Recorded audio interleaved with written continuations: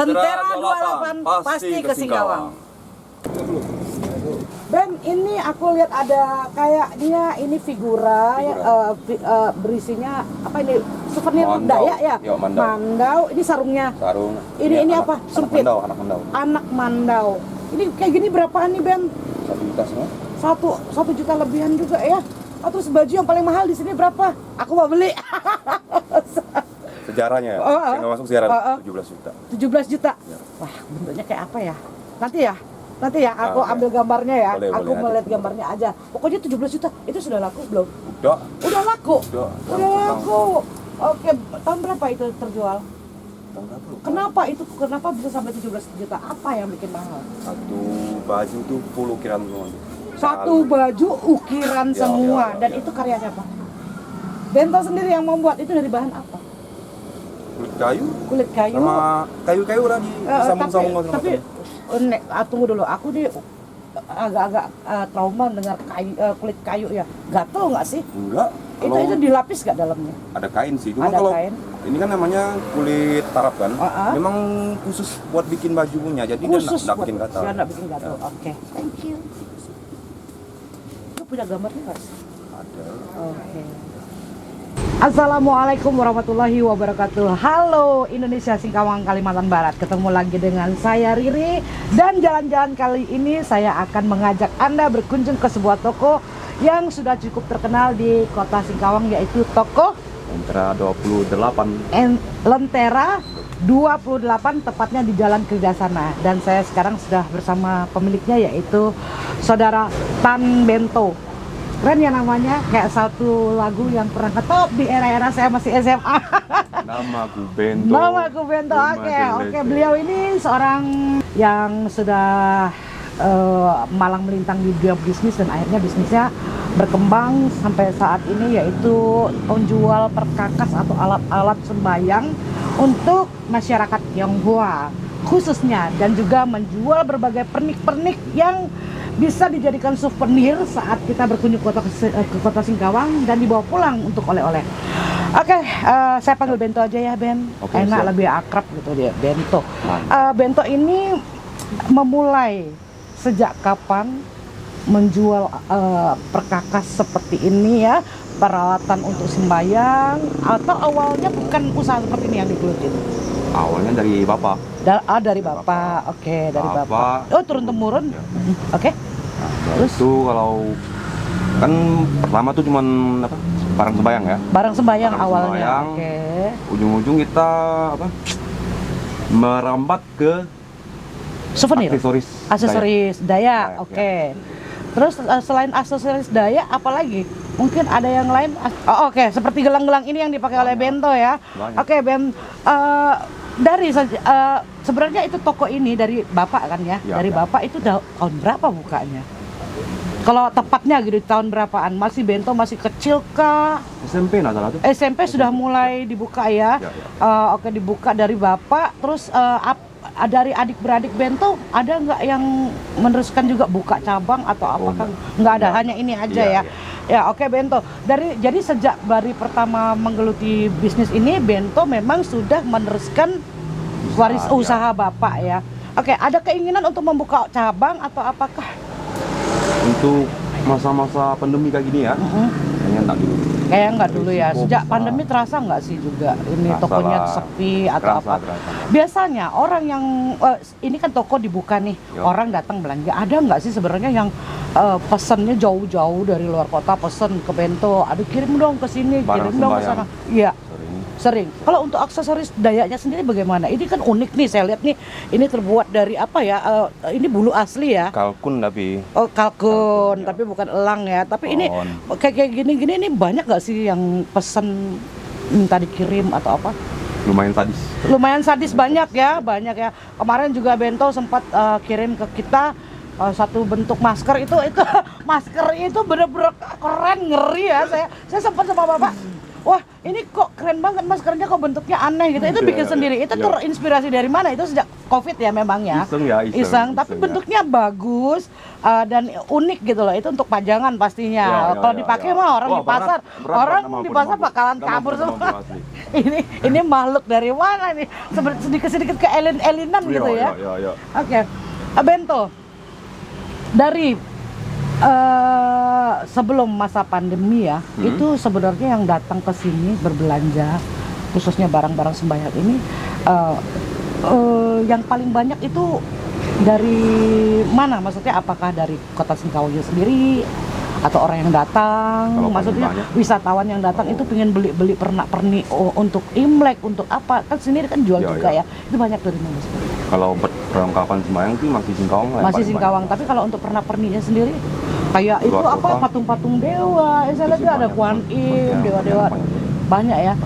Pontianak banyak. Untuk biasanya ini Bento ngambil barangnya dari mana semua? Yang apa dulu?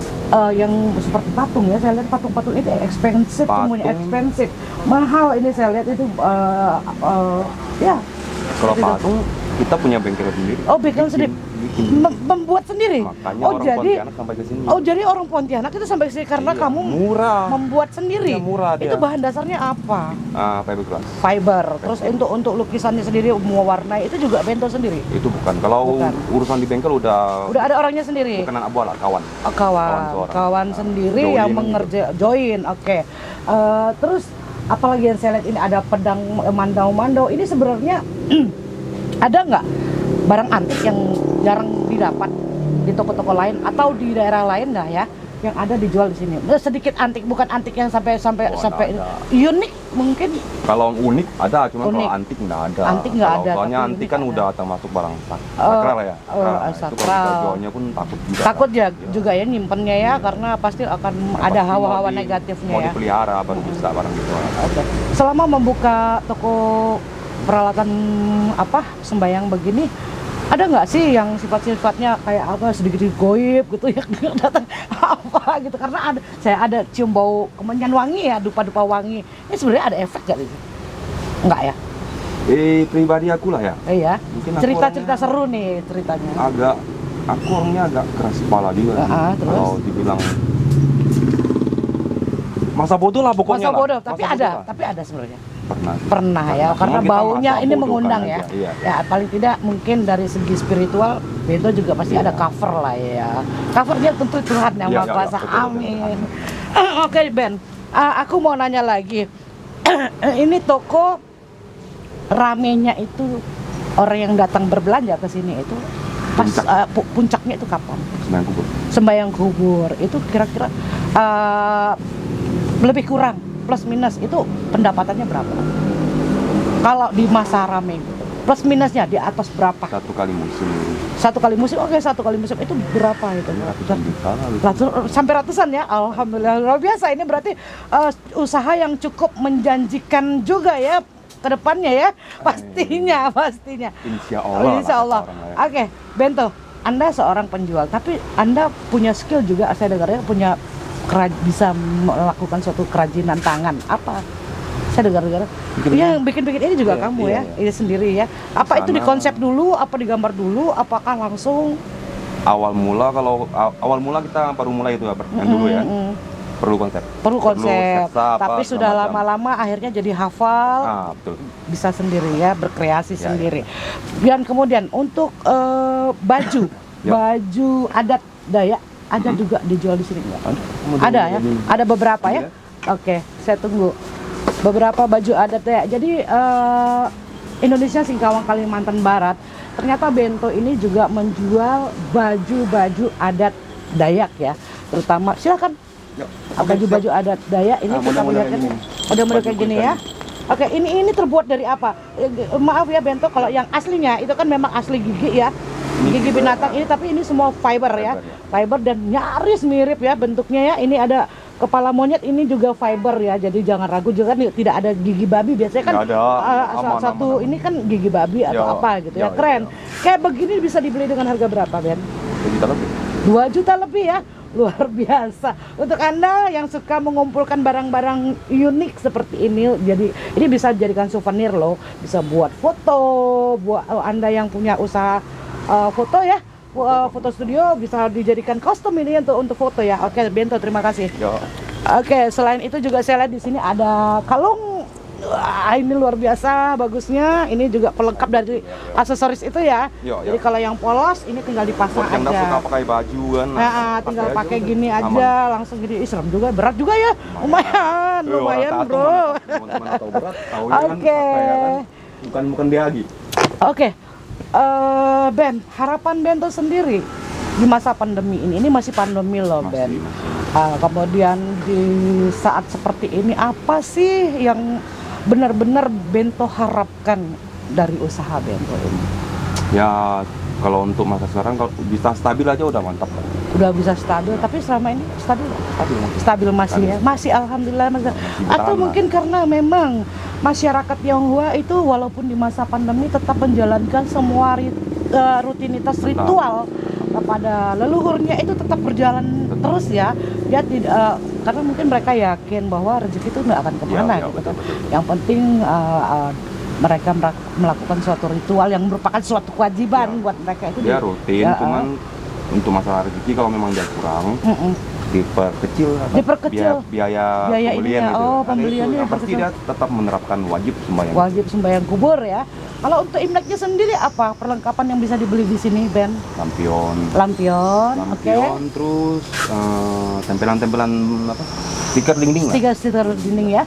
Ben, bukan rahasia nih, yang paling mahal dijual di toko Bento nih apa? Produknya. Kalau untuk peralatan sembahyang kubur apa yang paling mahal? Lilin kah?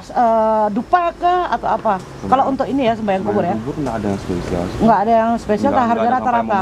Nggak ada. Tapi kalau untuk yang lainnya apa yang paling mahal? Kalau buat lengkapan sembahyang pekong yang paling sadis ya lilin. Yang paling sadis yang gede-gede itu maksimal berapa harganya? Ada yang paling mahal di sini yang berapa? Yang pernah kita jual tuh yang 1000 kati harganya belasan juta. Belasan juta, 1000 kati beratnya. Ya. Berarti berapa tuh kalau 1000 kati? Ada yang tahu nggak? Dia tahu aja 1000 kati tapi 1000 kati kalau hitungan kilo kurang lebih dia bisa 20 kilo, 50 kilo. 500 kilo, berarti gede banget dong itu. Wah, itu penyimpanan juga luar biasa itu. Hati-hati ya karena lilin tahu udara yang sangat panas pun makin besar makin aman tuh kalau. Kalau lilin makin gede makin aman. Makin aman soalnya api ada. Gitu. Iya. Dia enggak sampai gila-gilaan gitu enggak. Mungkin ada harapan ini kan menjelang Imlek, tahun baru, terus Cap Gome, harapan Bento apa? Ya, yang penting kita semua sehat lagi dah. Sehat ya, aman dari terhindar dari pandemi. Betul. Juga rezekinya semakin lancar pastinya ya. Oke Bento, terima kasih banyak bincang-bincangnya. Semoga apa yang menjadi harapan Bento dan keluarga di tahun 2022 dan tahun baru Imlek nanti segera terwujud. Dan jangan lupa untuk Anda semua yang sedang menyaksikan channel ini, Bento ini juga punya channel YouTube yaitu Borneo Tribal Art. Jadi silakan di like, subscribe untuk channel ini ya. Oke. Dan demikian bincang-bincang saya dengan Bento. Namaku Bento. Semoga bermanfaat untuk kalian semua. Silakan kalau datang ke Singkawang ingin cari souvenir ataupun Anda sedang berkunjung ke Singkawang untuk melakukan ritual sembahyang kubur atau apapun itu, alat-alat semuanya lengkap di sini, bisa dicari. Demikian, semoga bermanfaat. Salam Lentera 28 pasti ke Singkawang.